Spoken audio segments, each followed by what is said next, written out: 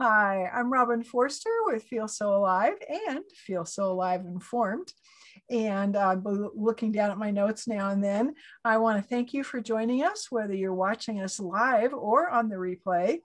And I am a solo entrepreneur who had all kinds of questions and was trying to figure out the business end of running a business.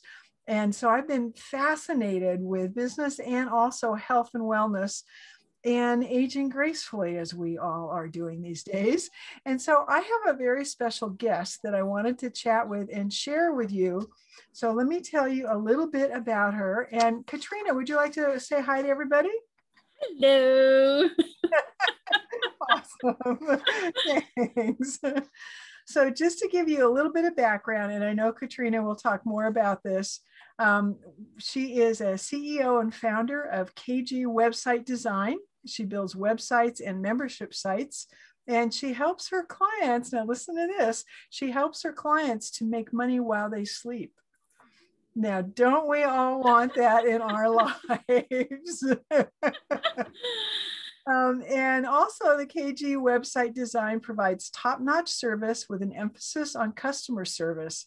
And if anyone like me has had to deal with folks who it's English as a second language and they're not in the United States and you're trying to explain something, a little frustrating. Not easy. Yeah, it's just like, and they treat each client with the highest standards possible because they want to ensure true results. So Katrina, welcome. We're glad you're here. Thank you. And my very first question to you is if you would tell us a little bit about yourself. Oh my, where do I begin? When I was a little girl, no, I'm just kidding. Believe it or not, it's kind of a long, convoluted story. I never thought I would get into this industry in the first place. I was 30 years in corporate working as an administrative coordinator for VPs and directors. And the last job I was at was Amgen. And so I was the one who made sure everything worked, got everything done, all in the background. And every job I had, I was always thrown in and said, figure it out, because the girl that I was either taking the place of or whatever had either been fired, let go, and there was nobody there to train me. Oh. So I was always figuring things out. So because of that, that's kind of how I got into what I got into in the first place. I figured I started my business originally as a virtual assistant, thinking I could do all of this. And this was way before anybody knew what a virtual assistant was. So half the time when I'd say I'm a virtual assistant, they say, so are you virtually not here? So needless to say, it kind of morphed into doing marketing and websites and that type of thing, only because people would ask me, who did yours? I did. Well, will you do mine? Okay. Who did your social media? I did. Well, will you do mine? And that's kind of how it all began. And so I kind of morphed into doing the websites, membership sites, because it was more of my love than doing social media, because social media is one of those things. It's an animal in itself, and it's constantly changing and constantly churning. And it was difficult to keep up. And it was hard for me a lot of times because I'd always hear from clients, well, my niece told me I could, or my son said I could, or okay. Everybody was an expert. So it's like, okay, fine. I'm done. I don't do this anymore. So that's it in a little nutshell. Helpful because it gives us a sense of how you got thrown into the deep end, as people used to say, and you were able to figure it out, to problem solve. Because from what I've been hearing from other folks, some of those skills are not getting passed on to the next generation. No. And I'm just, I'm thinking like the example that you've been giving of your journey, if you didn't have those skills of trying to figure stuff out, your lifestyle would be totally different than it is now. Yep. Totally. Probably not as much fun. Probably not. It would be very boring. I've just been realizing how important the whole problem solving and not getting stuck when you hit an obstacle, but going, so what can I do? And so you did websites. Yep.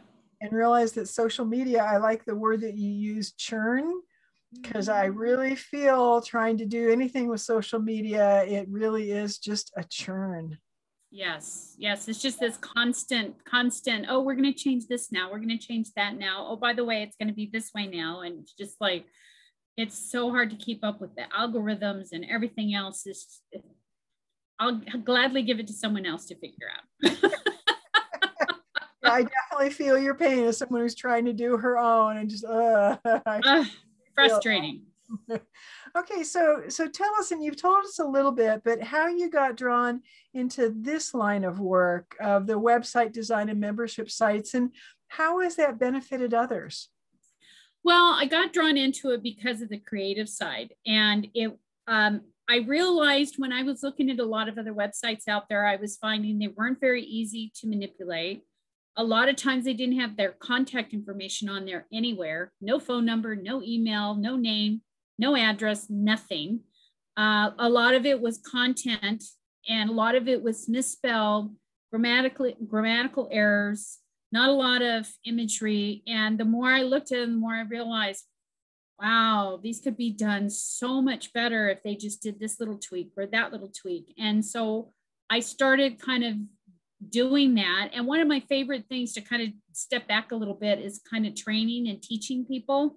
That's kind of one of my favorites. And so I'm kind of morphing into trying to do more of that for my clients as well as outside, because I know when it comes to websites, even though most people say, okay, I can build it, they start and then they say, this is too much. I'd rather just hire somebody to do it for me.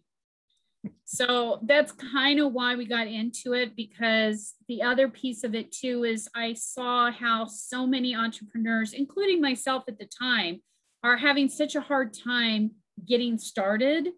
And there's really no step or guideline that says, okay, step one, do this. Step two, do this. You know, there's stuff here and there, but you really got to try and hem and pop. You got to really investigate and try and find it. And it's not that easy to do. So it was a mission of mine. So that way I could really try and help more entrepreneurs that are just starting out to at least get that website on there, because that's the most important key, because that's the first place people look at, not just your social media. Yeah. I'm agreeing with everything that you're saying, because I'm a DIY person and I do go down rabbit holes. And a friend of mine the other day just looked at me and said, why don't you hire someone to do that? Look at the amount of time you have spent. Yep. We forget how much our time is worth. And then when we sit down and add it up and realize how much time we've spent, we're like, oh, wow, I could have hired somebody and had it done in a lot less time. Yeah. And it could have been done right. Yeah. Which is always a plus. Yes. So true. Some of the mistakes that I've made. So. Oh, me too. I hear you. I still make them. You know, I'm not perfect. Nobody is. Well, exactly. And I think that that's a piece that entrepreneurs, we need to learn to give ourselves grace, because, you know, that phrase, failing forward, if you don't fail, you're not trying and you're not learning anything. No. So it's really okay to make mistakes. But in the 2.5 minutes that we have left, I'm watching the clock and you know, protective of your time. What is your gift that you want to give the world? You know, something that entrepreneurs can take away from our chat and use on some level and implement? I have 3 things, and I'll make them quick. One is you really should, if somebody does your website for you, really should get the back end piece of it, because if they happen to disappear or decide they're not going to do it any longer, you have to have that information, as well as owning your domain name. You really need to make sure that your domain names are under your name or transferred over to you. So that way it's yours, because a lot of webmasters will go back and say, sure, you can have that. It's going to be a couple grand because it's under my name. So always make sure, because that's your proprietary information. Make sure you've got those 2 things. And the other thing I would say is, before you have anybody help you with anything, make sure you get everything in one place all together. Your your social media information, getting them admin for a lot of the stuff they need, links for your pay pieces, links for your CRM, client resource management, like MailChimp and that type of thing. Because a lot of times people will get upset because things take longer than expected. But a lot of that is because they're not supplying the information that we need. And then we have to do this back and forth. And then they're like, well, I can see it. Yeah, but we can't see it. So it's, or I have access. Yeah, but we don't have access. So it's one of those key things that you really want to keep tabs of and make sure you push that forward. That's a very good point. And I apologize, I forgot to turn my phone off before we started. That's okay. I had a call right in the middle of this. Like, you just roll with it. Exactly. It is 2021, kind of a hangover from 2020. And oh my gosh, that was a hell of a hangover too, wasn't it?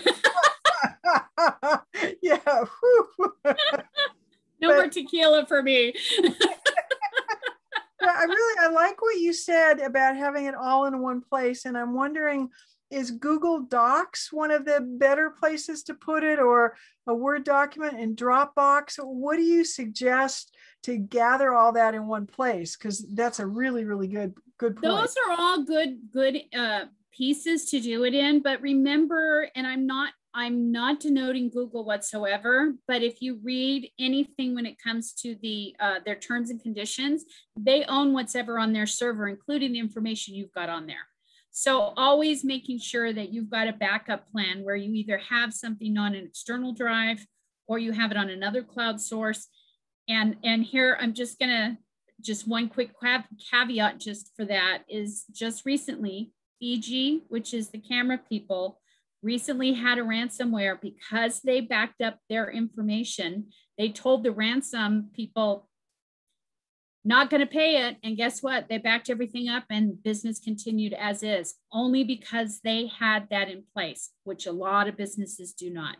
So I always recommend that you're always housing it in various different places because you just never know. But that is a good point. A lot of the cloud sources out there, Dropbox, Box, Google Docs, that type of thing, just making sure you have it in these various different options so that you have, just in case, you never know. That is such a good point, because this is the day and age where you have to be extremely careful. Yes, very careful. Well, Katrina, thank you so much. I appreciate your time. This has been very fun. Thank you, Robin, and I appreciate you having me on. Oh, for sure.